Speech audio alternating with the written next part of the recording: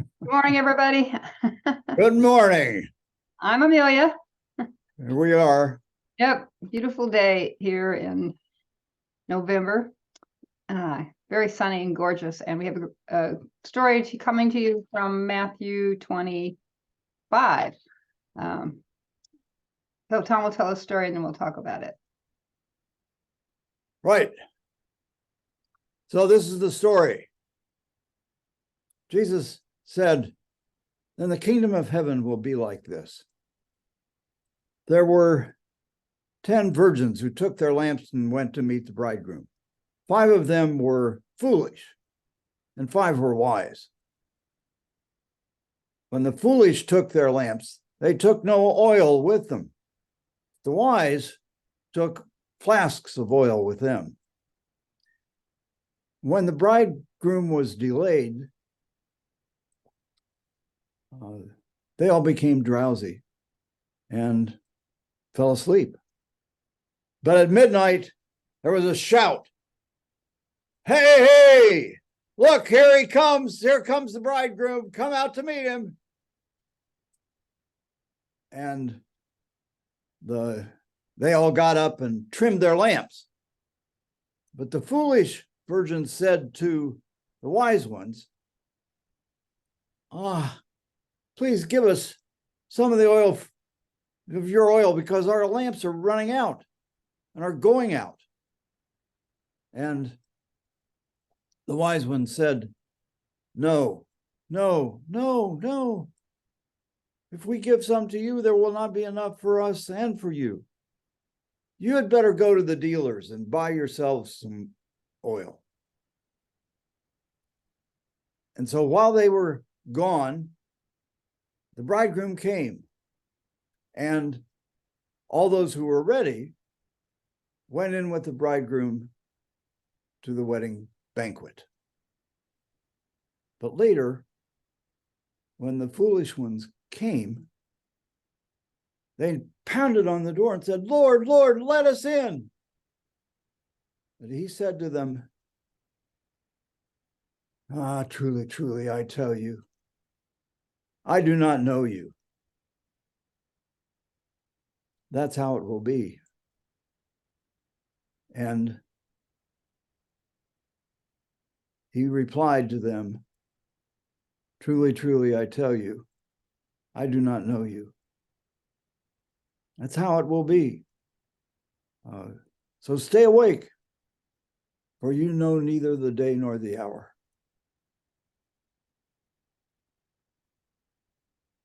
Thanks, Tom. Okay. So this is a parable of Jesus towards the end of his teachings. Seems like they get stricter and stricter or more focused.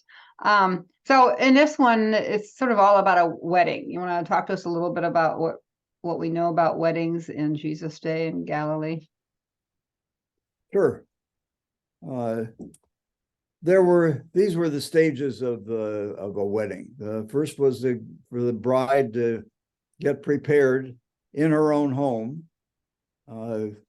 Then on the evening of the wedding, the bridegroom would come and pick up the bride-to-be, and accompanied by her bridesmaids, they would go to the bridegroom's house.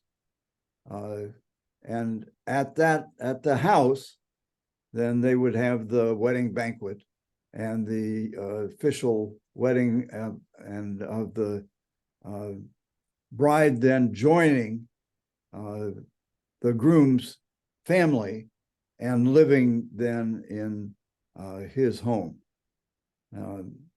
So the bridesmaids would have lamps that would light the way in the dark to walk from the bride's home to the bridegroom's home, and that's how they'd get there.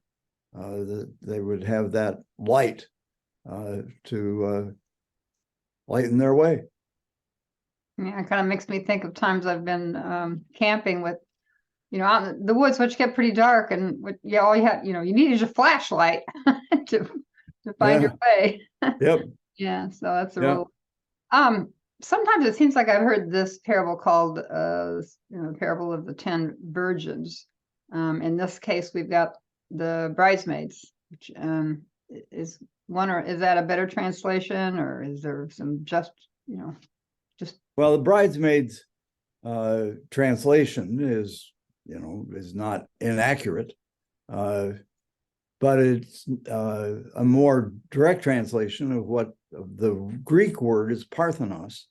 So the Parthenon was the temple of Athena, the virgin queen of Athens and of the gods. I think the best translation is virgins. That's what they would have understood. Bridesmaids is a more contemporary translation, more kind of like a dynamic equivalent, and it's fine. Either is accurate, but I think the virgins is carries more of the flavor of ancient culture. Okay, great.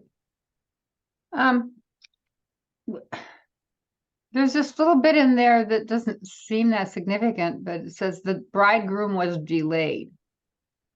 Is there something significant about that more than, I don't know, than moving the story along to where some had oil and some didn't? Well, it's the place where the story becomes a parable and is then a story of the kingdom of heaven and of the possible connection of this story with the so-called delay of the parousia, in Jesus' context of the delay of the kingdom of God, that it wasn't coming as soon as they had expected. So it's another part of the metaphor of this parable. So what do you think is that have to do with why Jesus told this parable, or why Matthew in the context of the early church wrote this parable or told this parable? Well, many scholars think it's just that it's a parable of the early church that refers to the delay of the coming of the second coming, which was expected. But I think it also makes sense in the context of Jesus' ministry, where he was preaching and proclaiming the coming of the kingdom of God, and that his idea was to call everyone to stay ready, to experience in this parable the presence of the kingdom of heaven, and that presence is a presence of waiting, and of his recommendation to stay awake, pay attention, be ready in the moment, and have that as part of your your consciousness, is this imminent possibility that is indeed present now, the coming of the kingdom. Yeah, and that business about being ready, I mean, a question that comes to mind is, how do we stay ready? And I think maybe Jesus is going to address that in a subsequent parable that he tells, which has been really important in my ministry and many people's. The parable of the sheep and the goats. Yep. So anyway, that we'll get to that soon, next week perhaps. Right. Yeah, that's coming up. Is there anything in this parable that has to do with the end of the world? Some people interpret it that way.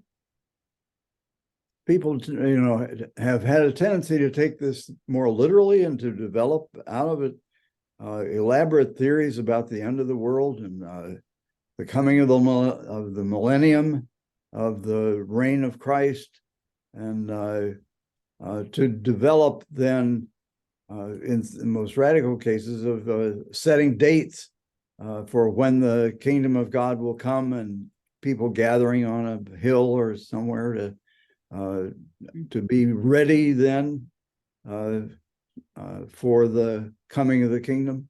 Mhm. I don't think that's what Jesus and Paul had in mind. Was setting dates, was calling on people to leave everything. And so I think this is about a spiritual attitude, and that the parable gives that. The parable is an experience of the kingdom of heaven. And the kingdom of heaven is a spiritual reality that we live in now. And so the telling of this parable is an occasion to experience the kingdom of heaven in its and of staying awake and being ready, being alert, of paying attention to the realities of the kingdom of heaven. And Jesus is always teaching about that. And what are the implications of this parable for ministries of peace and justice today? Don't procrastinate justice, I would say, is an implication of this parable. You don't wait. We're not going to wait for the coming of the kingdom of God.